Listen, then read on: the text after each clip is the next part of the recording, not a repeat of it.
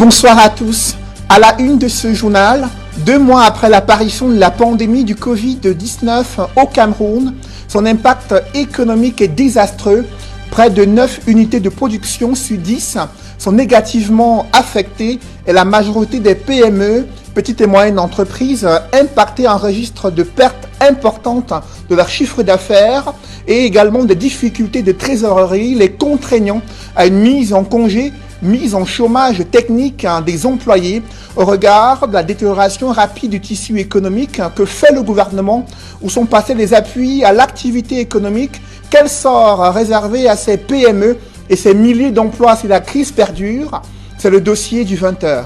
Cela s'apparente à première vue à une solution miracle au coronavirus, puisée dans les sources de la pharmacopée traditionnelle. Aucune démarche scientifique ne l'atteste, mais l'archevêque métropolitain de Douala, Monseigneur Samuel Kleda, affirme détenir un protocole thérapeutique spécial pour la prise en charge des patients présentant les symptômes du Covid-19. À suivre dans le journal de 20h, une enquête, des témoignages et la première évaluation de ce traitement peu ordinaire face au Covid-19.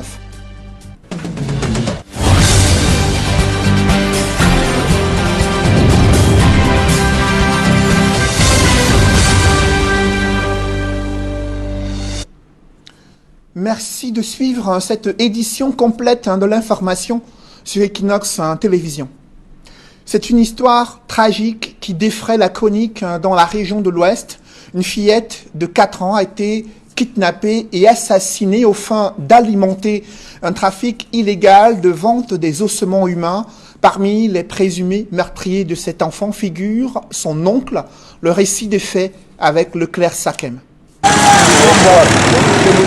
C'est une histoire qui donne des sueurs froides. La petite Raïssa Ousma, 4 ans seulement, quitte la terre des hommes de façon tragique, assassinée par son oncle et 2 autres bourreaux à Koutaba, département du Nord. Les circonstances de sa disparition, ici relatées par un membre de la famille. Le père de l'enfant est rentré, constaté que l'enfant ne se trouvait plus dans la concession avec la maman en question. C'est à partir de là qu'on a donc commencé à fouiller l'enfant dans la concession. On a donc appelé les petits-enfants. Il y a une petite fille qui est venue nous expliquer comment, nous dire que l'autre le donnait à Amidou, appeler l'enfant pour lui donner le bonbon. Donc c'est à partir de là qu'on a donc commencé à soupçonner Amidou. Et c'est de là qu'on l'a appelé donc.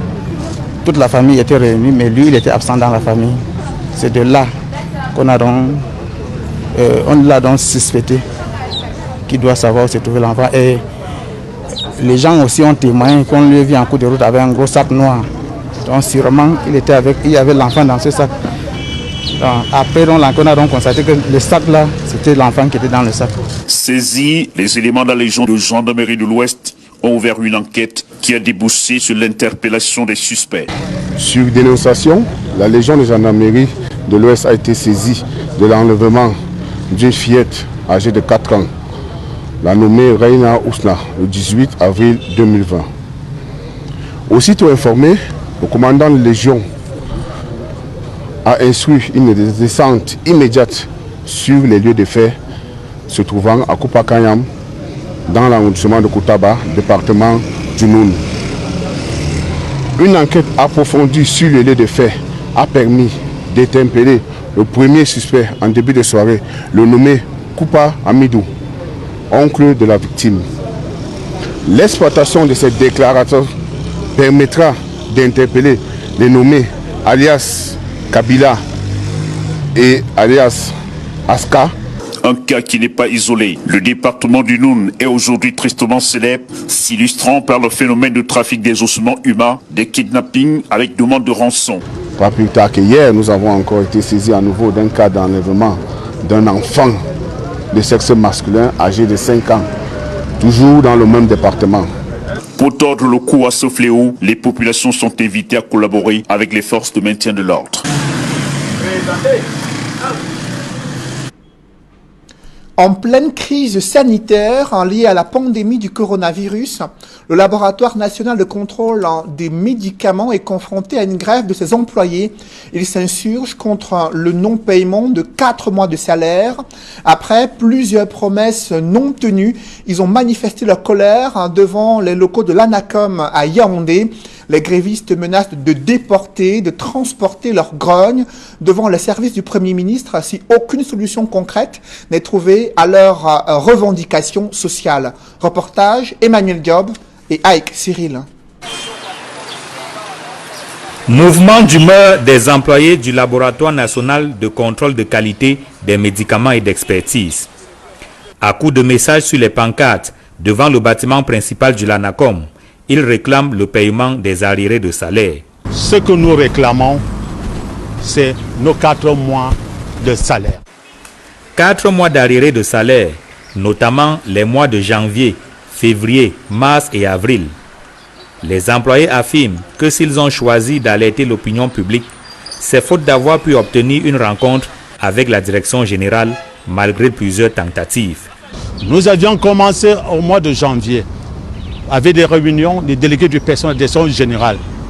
On dit attendez, mois de février, il n'y a pas eu de concertation.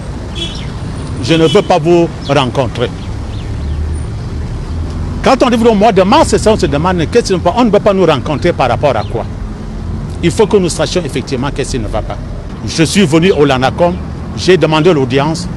Madame le directeur général ne m'a pas reçu, m'a plutôt envoyé chez son directeur administratif et financier, avec qui nous avions discuté.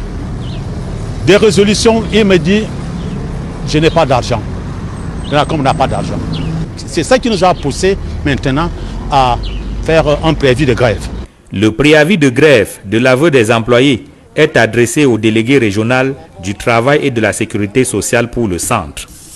Il convoque les parties le 13 avril et au terme des échanges, le 24 avril 2020 est retenu comme date butoir pour le paiement des salaires. Après 3 heures de concertation, nous nous sommes entendus en disant que les salaires devraient être payés au plus tard le 24 avril. Cette promesse n'est pas tenue et les grévistes menacent de transporter leur mouvement devant les services du Premier ministre, chef du gouvernement. Si demain, jusqu'à demain, le 3e jour, on va donc descendre dans la rue pour arriver au Premier ministère. Déjà engagé sur le front de la lutte contre le coronavirus, le ministre de la Santé publique devra aussi faire avec la grève des employés du Laboratoire national de contrôle de qualité des médicaments et d'expertise, LANACOM. Notre joie,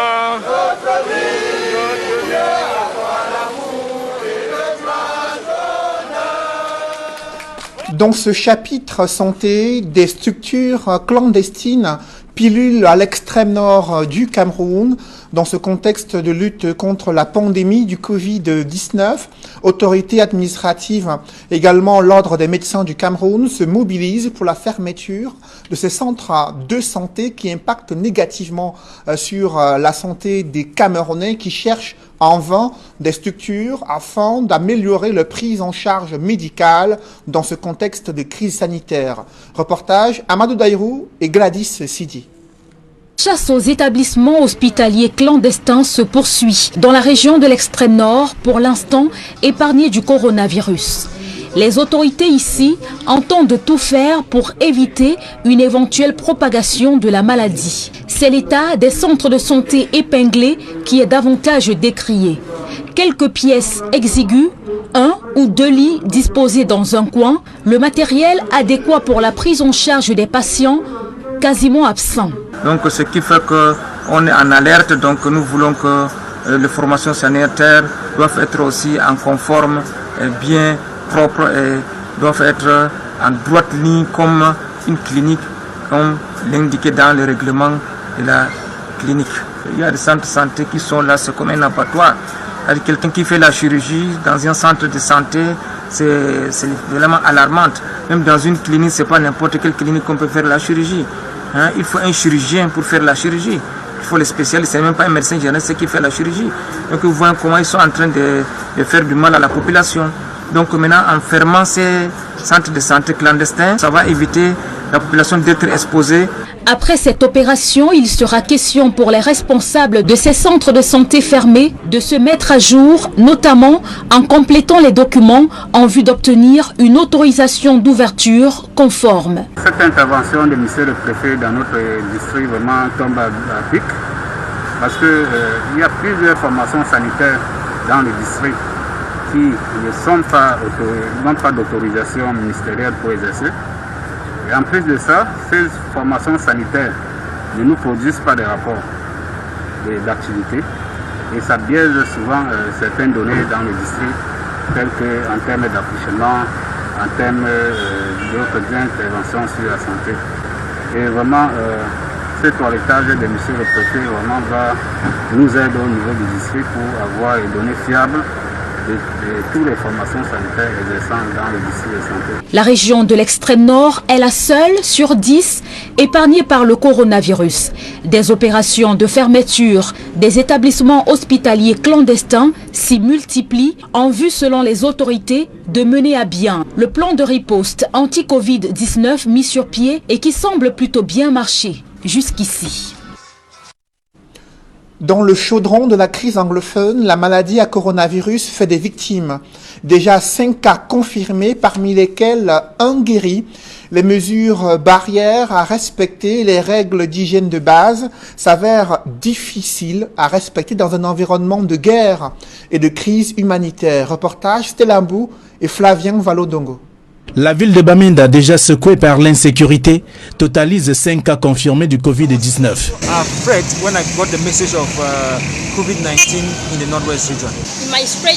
Alors que les mesures barrières sont progressivement respectées ici, le premier patient parti de Douala pour Bamenda et pris en charge par des autorités sanitaires de la région sort progressivement de la zone de danger.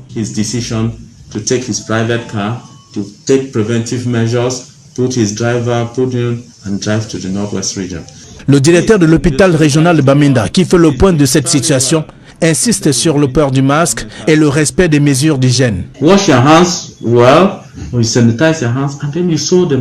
Les 4 autres cas dépistés sont le résultat du poste de contrôle érigé aux portes d'entrée et de sortie de la ville de Bamenda à travers des dépistages. La région du Nord-Ouest, qui reste bousculée par des actions des sécessionnistes, peine à mettre en pratique les propositions du Social Democratic Front, notamment l'instauration d'un cessez-le-feu, surtout au moment où la pandémie impose un nouveau mode de vie aux Camerounais. Et si la solution au coronavirus venait de la pharmacopée traditionnelle, une décoction est administrée aux patients du Covid-19 administrée dans les structures sanitaires catholiques placées sous l'administration de Monseigneur Samuel Cléda, archevêque métropolitain de Douala. Il déclare que ce traitement est une combinaison d'extraits de plantes médicinales. Là-bas également, on déclare avoir déjà guéri près d'une centaine de patients présentant les symptômes du Covid-19. Du coup, ils sont nombreux, des Camerounais qui affluent dans les structures sanitaires catholiques de la ville de Douala. Reportage, François Dikoumé et Donald Brice Kamgan. Au Codas Caritas, le centre des œuvres sociales de l'archidiocèse de Douala au quartier Terminus, des groupes de personnes se succèdent. Parmi ces hommes et femmes anxieux, des malades et proches de malades de coronavirus. Comme Dame Irène, dont le papa est positif, il souhaite recevoir le protocole concocté par Monseigneur Samuel Cléda. On m'a parlé de l'archevêque qui traite. Donc je suis là par rapport aux produits. Certains y viennent en dernier recours, comme Solange, qui est financièrement essoufflée après avoir dépensé près de 200 000 francs CFA pour la prise en charge de son époux. J'ai fait le scanner à 120 000. J'ai fini 50 000 l'autre jour à acheter les remèdes, les chloroquines, les zinc, Donc c'est un peu ça. Pour ces usagers, l'archevêque métropolitain de Douala s'apparente à un messie. Les extraits de plantes qu'il administre aux patients est jugé efficace, s'offrant gratuitement. Alors, tenant compte des symptômes de gens qu'on présente comme des personnes infectées du coronavirus, j'applique les recettes composées, n'est-ce pas, de plantes. Je leur applique, n'est-ce pas, ces traitements. ils réagissent favorablement, ça veut dire qu'ils se trouvent mieux, ils retrouvent la santé. Le prélat ne va pas plus loin. Pas de précision sur les composantes ni la posologie de son protocole, encore moins le nom de la décoction. Il explique que ces détails pourraient provoquer une ruée des populations vers des plantes sans maîtrise des combinaisons appropriées. Mais les locaux de l'évêché, tout comme du Codas Caritas, ne désemplissent pas. Le responsable diocésain de la santé parle de plus d'une centaine de personnes traitées. Je vous dirais, ils sont plus d'une centaine de malades. Mais vous devez comprendre, tous ces malades, c'est des malades qui présentent des symptômes, des infections respiratoires. Interrogé vendredi sur la fiabilité des ces recettes de la pharmacopée, le ministre de la Santé publique a indiqué que le gouvernement est ouvert et que le conseil scientifique devra donner ses avis sur de telles propositions. Au-delà de la crise sanitaire liée au Covid-19, les signaux sont au rouge. L'on constate que le tissu économique se détériore au Cameroun. Selon une enquête du GICAM, 92% des entreprises déclarent que la pandémie du coronavirus a un impact très négatif sur leurs activités. Les petites et moyennes entreprises sont les plus affectées car 62% d'entre elles ont enregistré une baisse de chiffre d'affaires de près de 20% au mois de mars 2020. Et tenez-vous bien, les conséquences sociales sont encore plus préoccupantes. Les mises en chômage technique et réduction des effectifs se multiplient. Sous le regard silencieux et indifférent du gouvernement, le GICAM et son président Célestin Tawamba manifestent leur angoisse devant l'absence de l'appui du gouvernement à l'activité économique dans ce contexte de crise sanitaire. De précision avec Jean-Paul Chouniat. Sur un échantillon de 100 entreprises, 92% d'entre elles se tortillent de coliques de la pandémie de Covid-19, révèle une enquête du GICAM. Dans l'étude menée du 13 au 21 avril courant, 61% des PME, déjà très mal en point bien avant Covid-19, sont les plus touchés, contre 27% pour les grandes entreprises. Selon la cellule de veille de la plus grande organisation patronale du Cameroun, cette crise sanitaire tend à paralyser les fonctions vitales des entreprises, en l'occurrence la production, les ventes, achats, commandes et ressources humaines. Des indicateurs de performance et de rentabilité des entreprises, avec pour première conséquence la chute du chiffre d'affaires qui pourrait conduire à la faillite si rien n'est fait, relève en substance l'enquête du GICAM. Sur le point névralgique de la ressource humaine, 87% de ces entreprises ont réduit les effectifs, ce qui, nul doute, a accru le nombre de chômeurs.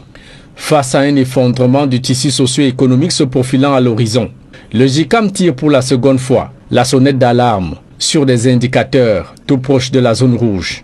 La quasi-totalité des entreprises sondées demandent au GICAM de porter leurs difficultés en un plaidoyer auprès du gouvernement.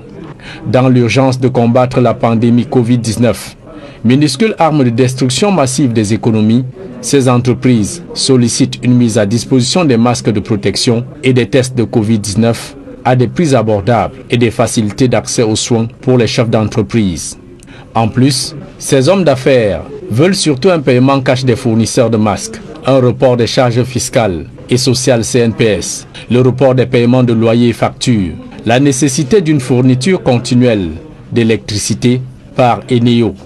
Ici, l'on pense même à l'application de l'économie circulaire, un concept né dans les années 1970 et reposant sur le développement durable dans la production des biens et services, fondé sur la limitation de la consommation et le gaspillage des matières premières telles l'eau et les sources d'énergie. Objectif recherché par cette théorie, l'efficacité de l'utilisation des ressources pour diminuer l'impact sur l'environnement tout en développant le bien-être des Camerounais. Après la présentation de ce tableau sombre de l'économie camerounaise, une question se pose avec acuité: où sont passés les appuis du gouvernement à l'activité économique? L'hôtellerie, le transport, le tourisme, la restauration, le commerce, la distribution sont au bord de l'agonie au moment où le gouvernement dit être engagé dans un plan de riposte sanitaire sans pour autant indiquer de façon claire les mesures d'accompagnement sur le plan économique et social. Cependant, les enjeux semblent importants à la fois sur le plan économique et sur le plan social. Je vous propose de suivre cet éditorial de Guy Zogo qui décrypte l'attitude du gouvernement, attitude jugée incompréhensible dans les milieux des affaires, impactés par la pandémie du coronavirus. 2 mois après que le Covid-19 a atteint son plus haut degré de dangerosité au Cameroun, on sait plus précisément ce que le gouvernement a fait et n'a pas fait. On peut dire avec certitude que les prises en charge sont effectives pour les cas avérés, que le confinement partiel a été décidé pour les élèves et étudiants et que l'on se prépare d'ailleurs pour leur retour à l'école le 1er juin prochain. Une courbe positive plutôt moyenne. En revanche, on ne peut manquer de relever dans la partie négative le fait qu'en amont de cette crise sanitaire, le gouvernement ait manqué le coche en ne prenant pas de mesures fortes pour contenir l'arrivée du Covid-19 au Cameroun. Ce que d'autres pays sur le continent, à l'instar du Gabon, dont le flux des étrangers est plus important qu'au Cameroun, ou encore le Togo, dont le nombre de cas est resté très bas, ont fait avec une certaine maestria. Outre ce point noir, il y a un autre plus grave encore, c'est celui de l'absence des mesures d'accompagnement. À l'heure qu'il est, le secteur économique camerounais est sinistré du fait du Covid-19 avec un impact de 25 à 35% sur le chiffre d'affaires de nombre d'entreprises du secteur privé. Qu'on en juge par la situation du secteur hôtelier et touristique où ces entreprises sont en cessation d'activité. Pendant ce temps, l'évaluation de l'impact du Covid-19 sur l'économie se poursuit selon les annonces du Premier ministère, alors qu'ailleurs, des plans d'aide ont été mis en branle avec report de paiement des prestations fiscales, soutien financier et autres facilités. Sur cette question, le JICAM a pourtant fait des propositions qui pourraient servir de base d'action au gouvernement. Malheureusement, ce n'est pas le cas. Ce qui est sûr, c'est qu'avec tous ces atermoiements, le tissu économique ne cesse de se déliter avec son corollaire immédiat qui est la destruction des emplois, comme l'attestent les nombreux plans de licenciement des personnels dont on fait état actuellement dans les inspections de travail à travers le pays. Au grand effarement du secteur économique, le gouvernement confirme bien, selon la formule d'un de ses éminents membres, qu'il n'y a pas d'urgence pour lui. Et dans un communiqué, Célestin Tawamba, président du groupement interpatronal du Cameroun, le JICAM, demande au pouvoir public de prendre en toute urgence des mesures puissantes à la hauteur des enjeux afin d'éviter qu'une crise économique et sociale encore plus difficile ne vienne s'ajouter à la crise sanitaire actuelle. Célestin Tawamba prévient le gouvernement sur le fait que 53% des entreprises ne pourront pas tenir plus de 3 mois si la crise se prolonge et en l'absence des mesures d'accompagnement tant attendues par le secteur privé et le JICAM. La banque panafricaine Ecobank qui s'est mobilisée pour soutenir le Cameroun dans le plan de riposte sanitaire au Covid-19. La banque Ecobank a procédé à la distribution du matériel médical à l'hôpital La Quintini de Douala qui abrite un centre de prise en charge médicale des patients atteints du Covid-19. Reportage.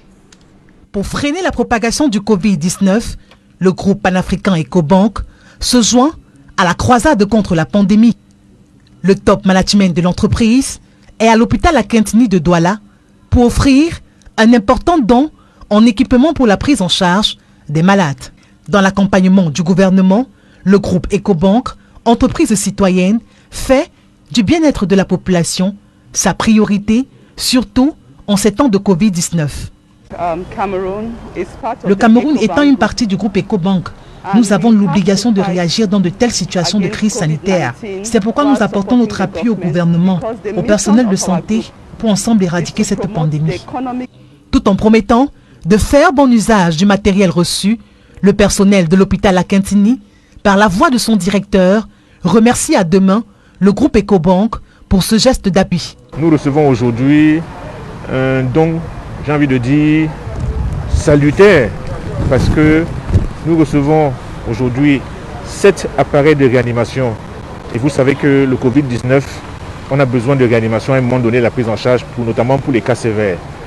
Donc voilà, nous allons avoir 7 places nouvelles dans le secteur de réanimation. Nous recevons 100 lits. Traditionnellement, nous étions à 100 lits ouverts pour le Covid-19. Maintenant, nous allons passer à 200 lits. Et vous savez qu'on n'a pas encore atteint le pic de l'épidémie.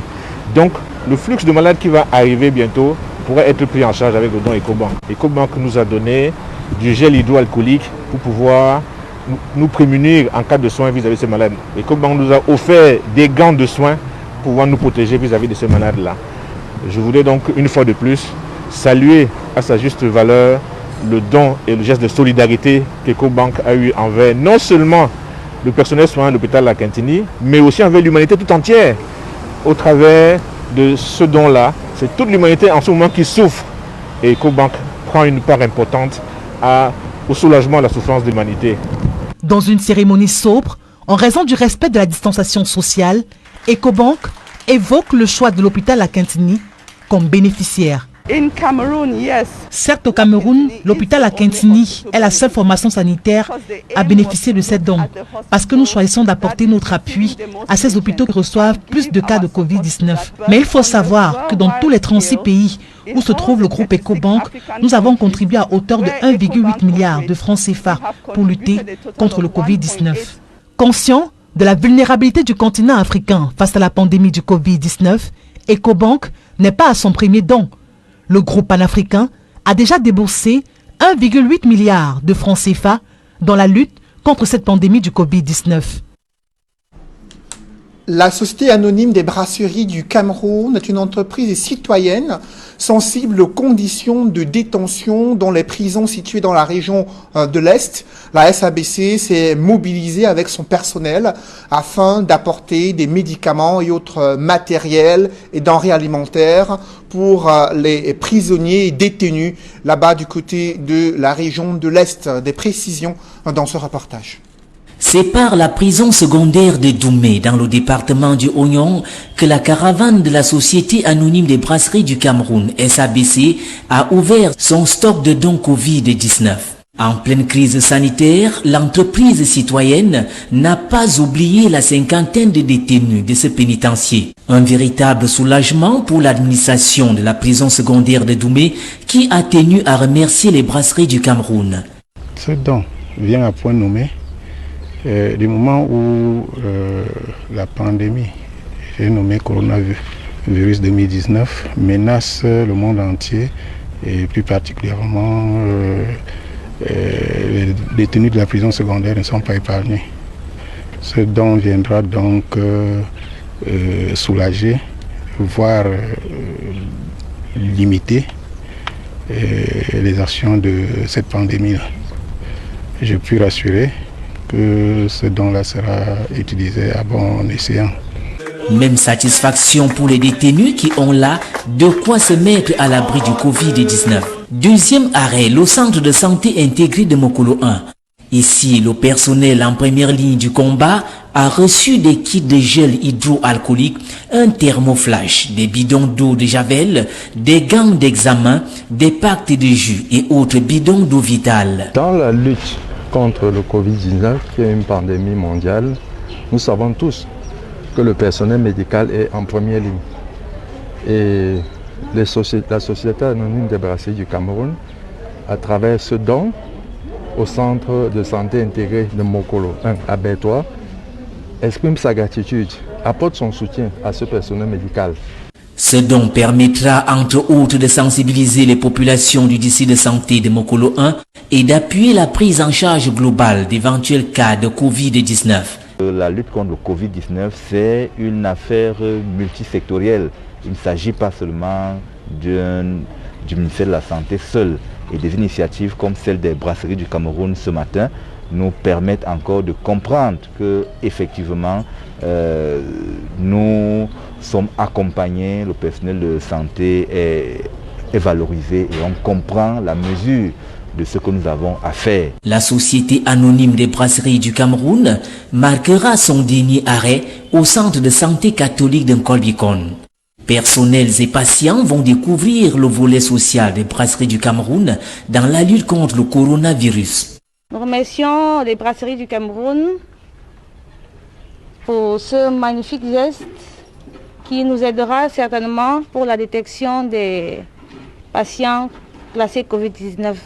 Avec ses kits de désinfectants et de produits alimentaires, le personnel du centre de santé catholique de Nkoldikon entend jouer toute sa partition pour lutter contre le Covid-19. Des gels désinfectants qui vont permettre au personnel médical de se désinfecter les mains lorsque le lavage de mains n'est pas possible. Nous avons également reçu de l'eau de javel qui va nous permettre de la désinfection des surfaces, le nettoyage de nos salles et des ustensiles, du matériel utilisé pour les soins. Nous avons également reçu un thermoflash qui va nous permettre de prendre la température des patients en toute sécurité, sans aucun risque de transmission des germes. Et à cela aussi également, nous avons des gants de soins qui vont permettre au personnel médical d'effectuer des soins en toute quiétude. Avant Doumé et Bertois, la Société anonyme des brasseries du Cameroun avait déposé ses valises à la prison centrale et à l'hôpital régional de Bertois. Mesdames, messieurs, c'est la fin de ce journal. Merci de l'avoir suivi. Juste après cette édition de 20h, retrouvez Serge Alain Autou et ses invités pour le débrief du journal sur le plateau d'Equinox Soir. Serge Alain. Une centaine de patients soulagés, ça c'est l'expression de Monseigneur Cléda, après avoir pris ce traitement qu'il propose par rapport au Covid-19. Vous l'avez dit, c'est la précision faite par l'un des docteurs d'une structure sanitaire catholique placé sous l'administration de Monseigneur Samuel Cléda, archevêque métropolitain de Douala, un traitement à base d'extraits de plantes médicinales, mais qui n'a pas été dévoilé par l'archevêque métropolitain, redoutant une ruée vers ces plantes sans maîtrise de leur dosage. Aucune démarche scientifique n'atteste encore de la pertinence de ce traitement. Pourtant, ils sont déjà près d'une centaine soulagés, vous l'avez dit, selon les médecins qui travaillent sous la supervision de Monseigneur Samuel Cléda et de nombreux patients qui défilent déjà dans les structures sanitaires catholiques, se plaignant de n'avoir pas reçu un écho favorable ailleurs après avoir dépensé d'importantes sommes d'argent. Ils espèrent, eux aussi, pouvoir être soulagés. Madame, Monsieur, c'est donc l'essentiel d'Equinox Soir, deuxième partie. Un seul titre, vous allez comprendre pourquoi. Parce que nous avons décidé d'aller chercher à l'université de Tian un des plus grands biochimistes herboristes, le professeur Talefo Félix Bruno. Il sera avec nous en deuxième partie du journal. C'est-à-dire que je ne peux pas vous laisser partir sans dire quelque chose à ces milliers de téléspectateurs d'Equinox qui chaque jour vous envoient des messages pour votre retour. Comment ne pas dire merci pour ces milliers de messages, marques d'attention, prières. Nous sommes de retour, encore plus frais qu'avant. Et la meilleure façon aussi de dire merci, c'est de continuer à bien faire son travail et d'être toujours les meilleurs et mettre la barre encore plus haute pour le meilleur de l'info. C'est la meilleure chaîne de télévision en Afrique centrale. Serge Alain. Bien faire son travail, pas faire du parajournalisme. On a appris ça quelque part. Merci Cédric Noufélé. Rendez-vous demain 20h, c'est bien ça? Rendez-vous demain 20h, Serge Alain. Voilà, madame, monsieur, dans un instant, la suite. Equinox Soir.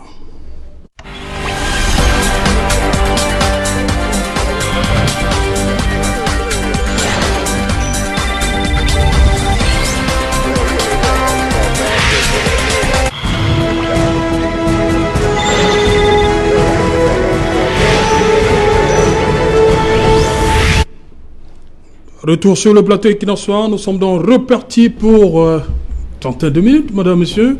C'est le débrief du journal, un seul titre, je vous l'ai dit, une centaine de patients à vous avoir retrouvé la santé après avoir pris le traitement que propose Monseigneur Samuel Cléda, archevêque métropolitain de la ville de Douala. Sur ce plateau, il est là, toujours, Maître Augustin Gueffak et Thierry Mopé. Je commence par vous, Maître Gueffak.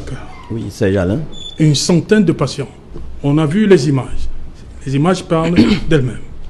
Serge Alain, il y a un mois, tout le monde était tétanisé parce que ceux que nous appelons les Blancs avaient avoué, Mondovision, leur incapacité à trouver le remède.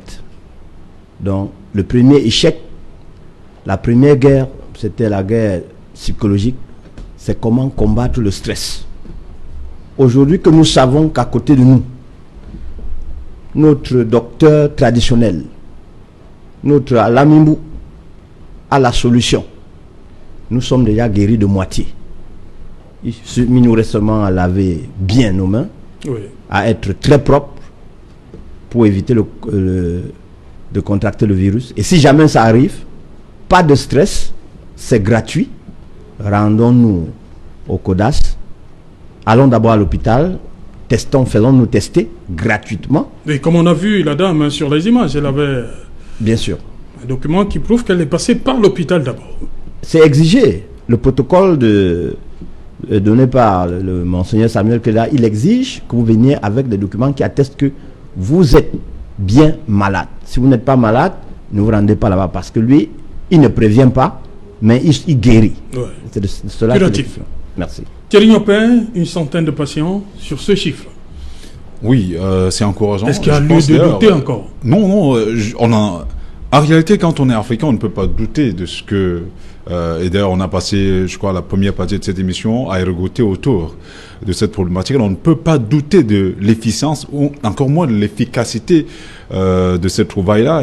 Cela fait 3 décennies, 30 ans que Monseigneur Klega travaille avec les EB et avec un collège de chercheurs, de traditionalistes, de tradipraticiens même. Je crois que cela ne peut qu'être encouragé. Je vous rappelle, si vous avez écouté dans ce reportage, qu'il y a une dame qui dit avoir dépensé plusieurs centaines de mille à faire ausculter son époux, avoir dépensé l'argent, ce qui démontre effectivement que le traitement ou la prise en charge des malades, comme on le dit par le gouvernement, n'est pas aussi gratuit que ça. Maintenant, il faudrait bien que l'on recouvre la santé. C'est tout à l'honneur de ces gens qui travaillent au quotidien pour trouver le remède ou le médicament miracle pour sortir justement de cette maladie. Parce que on l'a dit, il y a d'abord le stress qui a été la cause fondamentale de plusieurs morts. Et je vous rappelle que quand vous aviez au quotidien des images qui viennent de l'Occident, où malheureusement beaucoup de Camerounais s'abreuvent à ces informations-là à cause de ces chaînes satellitaires ou de ces bouquets qui malheureusement auxquels nous souscrivons comme des bouts de pain. Ces populations s'abreuvent à ces informations catastrophiques, alarmistes, où on parle de mort au quotidien. Donc sur le plan psychologique, on est quelque peu atteint, détruit moralement. Donc une petite maladie, je vous rappelle que tous les médecins le disent, la guérison commence d'abord par la prise en compte de ce que le médicament qu'on boit guérit. C'est comme la prière. Si vous n'avez pas foi en Dieu, vous aurez beau prier au quotidien, que cela n'apportera pas grand-chose. Mais quand vous commencez à croire que cette prière peut porter des fruits, si vous croyez effectivement à l'omniscience, à l'omniprésence et à l'omnipotence de Dieu, effectivement, à partir de là, votre foi, vous gagnez en foi, vous gagnez en puissance. Et c'est pareil pour la maladie. Donc, il faudrait, Dieu merci, aujourd'hui, il y a des médias qui peuvent donner du change à ces médias occidentaux pour leur dire effectivement qu'en Afrique il est possible de penser autrement, en Afrique il est possible de guérir. Vivement que le gouvernement encourage, accompagne, soutient les initiatives de Monseigneur Klega, le docteur Bingono, ils sont nombreux qui travaillent là-dessus, le docteur Terra, ils sont nombreux, et tous ces herboristes, tous ces tradipraticiens qui continuent à donner du leur pour la santé des Africains. Il ne faut pas écouter ces sons de cloche qui viennent d'ailleurs où on doute de notre pharmacopée. Je vous rappelle que quand ils sont venus en Afrique pour nous coloniser, ils sont venus avec la Bible à la main droite, avec tout ce qu'ils ont eu à apporter. En fait, avec la Bible à la main gauche, ils ont tout pris par la main droite. Et parmi ceux qu'ils ont pris, il y a eu la pharmacopée africaine, il y a eu nos richesses ancestrales. Je ne parlerai pas de tout ce qu'on a eu comme aujourd'hui on parle de rapatriement, de tout ce qui a été volé, de ces reliques-là. Donc ils ont suffisamment pris à l'Afrique, où il est plus que jamais temps pour les Africains de se réveiller. Et je vous rappelle que même le docteur Didier Raoul, aujourd'hui est victime malheureusement de ces découvertes ou de son courage. Il est menacé par le Conseil de l'ordre des médecins français de suspension simplement pour avoir administré, d'après eux, des traitements non validés scientifiquement, il n'est pas le seul. Comment peut-on... Pour nous, c'est une aberration. Comprenez donc qu'il y a une véritable cabale contre toutes les personnes qui veulent mettre en mal cette économie qui vise à extraire davantage aux plus pauvres. Voilà, on va prendre tout de suite la direction de Tian. Nous sommes dans le département de la Maine-Noire, région de l'Ouest, où nous attend le professeur Téléfo Félix Bruno. Bonsoir, vous êtes biochimiste herboriste, je l'ai dit, spécialisé en phytopharmacologie et toxicologie. Vous enseignez à l'université de Tian. Bonsoir, professeur. Bonsoir, cher. Voilà, le Covid-19. Oui, professeur, dis-nous, Covid-19, aujourd'hui, peut-il se passer de la pharmacopée traditionnelle africaine? C'est une question assez délicate, mais je crois que l'actualité nous enseigne davantage par rapport à la place que pourrait avoir la phytothérapie, par extension la médecine traditionnelle dans la lutte contre la pandémie. Et davantage pour mon point de vue, l'histoire devrait nous renseigner dans cette lutte que nous, êtres vivants, à mener contre les maladies. Dans l'histoire, nous apprend que les êtres humains ont eu à se servir tout d'abord des éléments qu'ils trouvaient tout autour d'eux pour pouvoir se guérir. Et si aujourd'hui la pharmaceutique a eu à prendre le devant, c'est davantage un jeu d'intérêt. C'est un jeu d'intérêt. Donc nous avons une minorité qui, par ce jeu d'intérêt, privilégie beaucoup plus les thérapies, donc qui peut-être à un moment donné a eu à avoir des résultats positifs, qui davantage, actuellement les choses le prouvent, leur efficacité n'est pas toujours avérée. Donc d'où, ça c'est ma philosophie. Donc nous invitons la communauté scientifique et davantage ce monde capitaliste à nous accorder également un peu plus de place pour pouvoir nous affirmer. Donc je crois humblement aux capacités de nos produits traditionnels. Il est peut-être vrai, leur efficacité ne pourrait vraiment s'avérer à 100%, mais il est également vrai que, compte tenu de sa simplicité et de sa disponibilité, ça c'est une option qui pourrait vraiment être accessible à une plus large couche de la population. Dans votre reportage, vous avez eu à évoquer les prouesses de Douala, et avant cela, on a eu également les recherches menées par d'autres compatriotes africains, que ce soit à Madagascar ou bien à RDC. Donc voilà ce que je peux dire à ce sujet. Non, justement, professeur Téléfo, dites-nous concrètement, qu'est-ce que vous pensez de ces travaux-là, du professeur, de Monseigneur Cléda, et des travaux qui nous viennent de Madagascar, concrètement? Bon, je crois que tout le monde a la possibilité de se renseigner déjà par rapport à l'origine de cette pandémie et beaucoup plus à ses manifestations. Parce que je ne vous mentirai pas, on évolue depuis un certain temps patatonement. Et c'est au fil du temps que nous connaissons, que nous commençons à apprendre davantage de ce virus. Donc, si les symptômes sont là, et que c'est des symptômes qui sont similaires à d'autres pathologies que nous maîtrisons efficacement, alors, pourquoi ne pas s'y aventurer? Et je crois que c'est la force de notre médecine traditionnelle. Parce que très souvent, les potions que nous administrons aux malades, c'est des mélanges de plusieurs plantes médicinales. Alors, s'il faut multiplier les principes actifs déjà multiples présents dans une plante, les multiplier par 2, par 3, par 4 plantes, je crois que c'est ça qui fait la force. Ensuite, va englober tous les symptômes pouvant se produire ou bien se mettre chez un patient. Voilà. Donc, ce que Monseigneur Cléda peut découvrir, ce qui se passe à Madagascar. Professeur Talefo, vous qui êtes... avantage de la... Oui.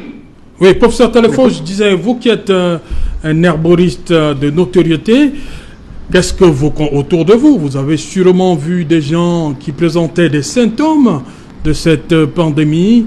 Qu'est-ce que vous leur avez conseillé, vous, herboristes?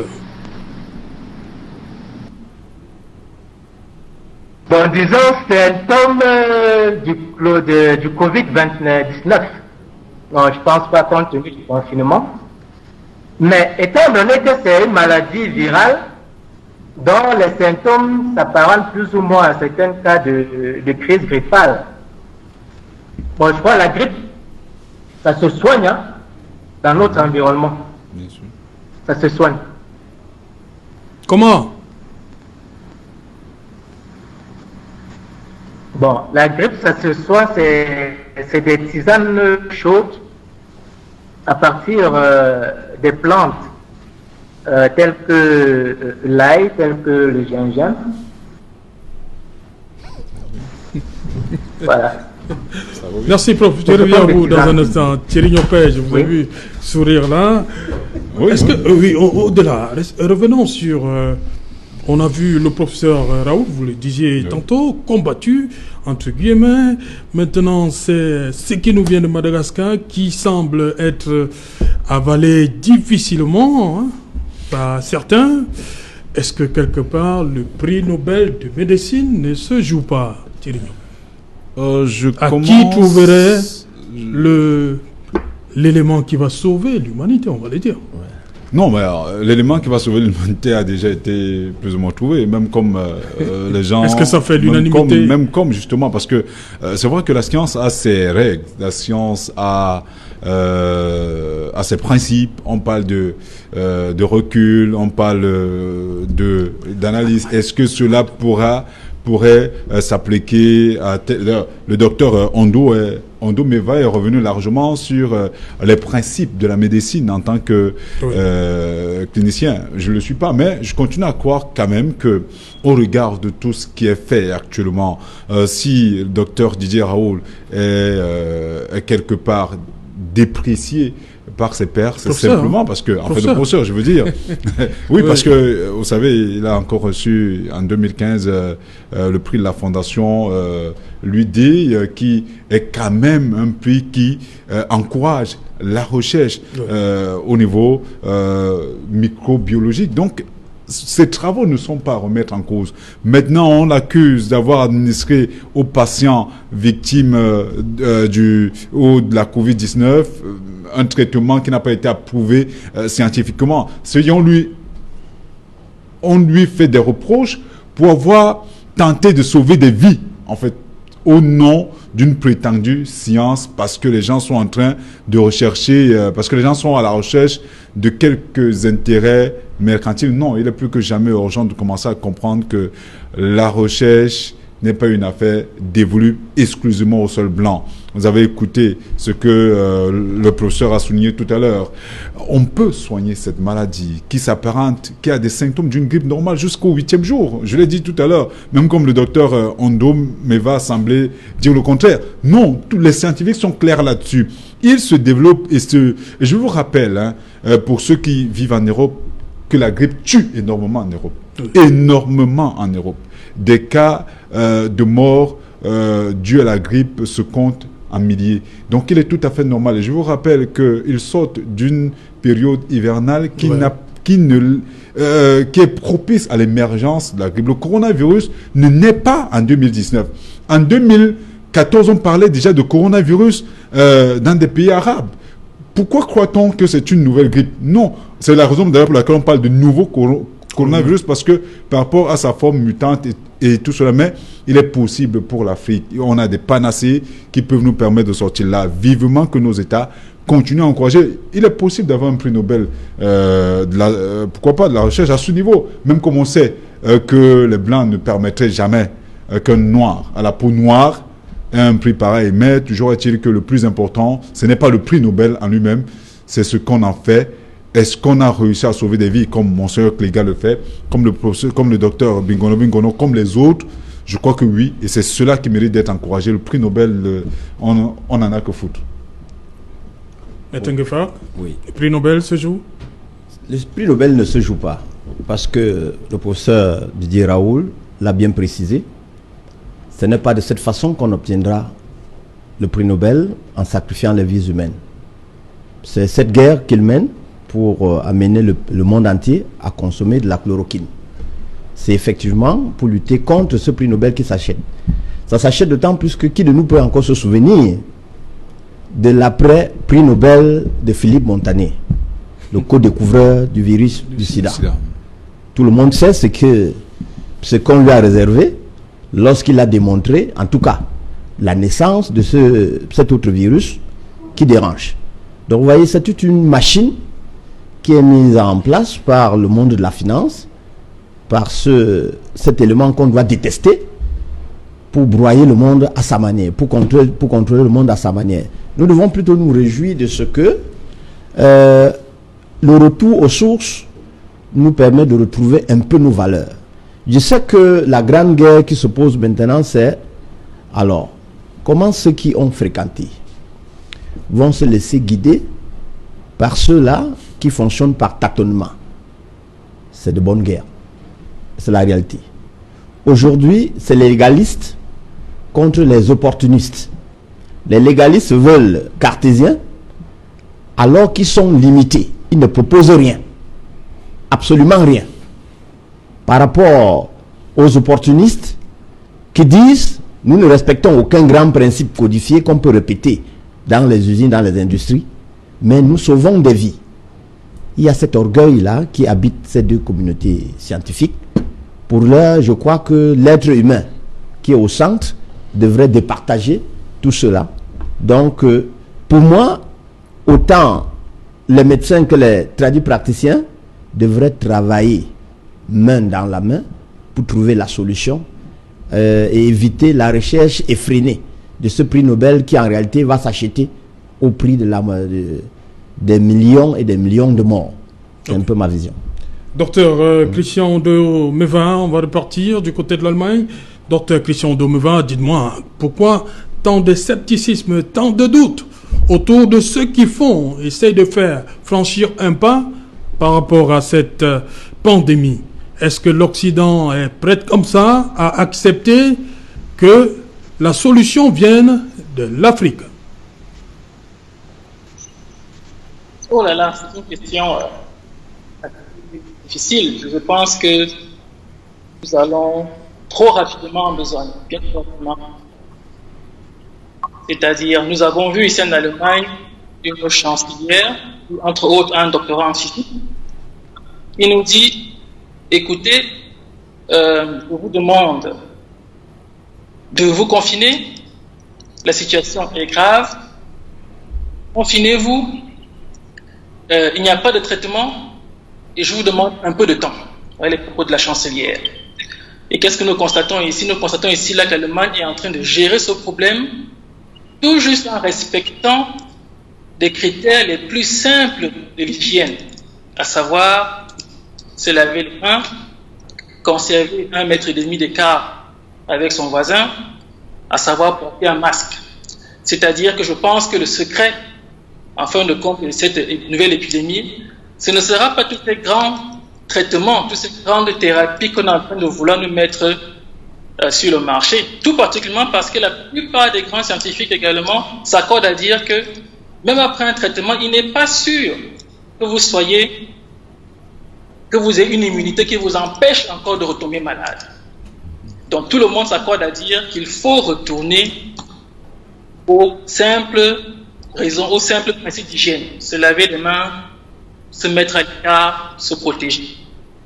Nous avons parlé longtemps de la pharmacopée camerounaise, africaine et consommée. Mais nous oublions que cette maladie, ce virus, vient du premier pays au monde qui vend justement sa pharmacopée, la Chine. Il n'y a pas un pays au monde qui est tellement accroché à sa pharmacopée. Mais lorsqu'on lit les documents officiels que la Chine a publiés le 13 février concernant le Covid, on se rend compte qu'ils ne font allusion qu'à une seule et unique chose, un traitement non pharmaceutique, à savoir laver les mains, mettez-vous à l'écart, fermez les frontières, isolez-vous. Je ne crois pas qu'il y aura un prix Nobel à ce niveau-là, dans la mesure où ces médicaments qu'on essaie aujourd'hui, on les connaît depuis déjà pratiquement un siècle. La chloroquine, on la connaît depuis des éternités. Les médicaments qu'on emploie contre le virus du sida, les pays qui ont suivi, qui ont survécu, qui ont géré l'épidémie d'Ebola, il n'y a pas très longtemps de cela. Les pays d'Asie qui s'en sortent le mieux, prenons le Vietnam, prenons la Corée, ce sont les pays également qui ont eu 2 chocs très violents, ça va le SARS en 2003-2004 et puis le MERS en 2013-2014.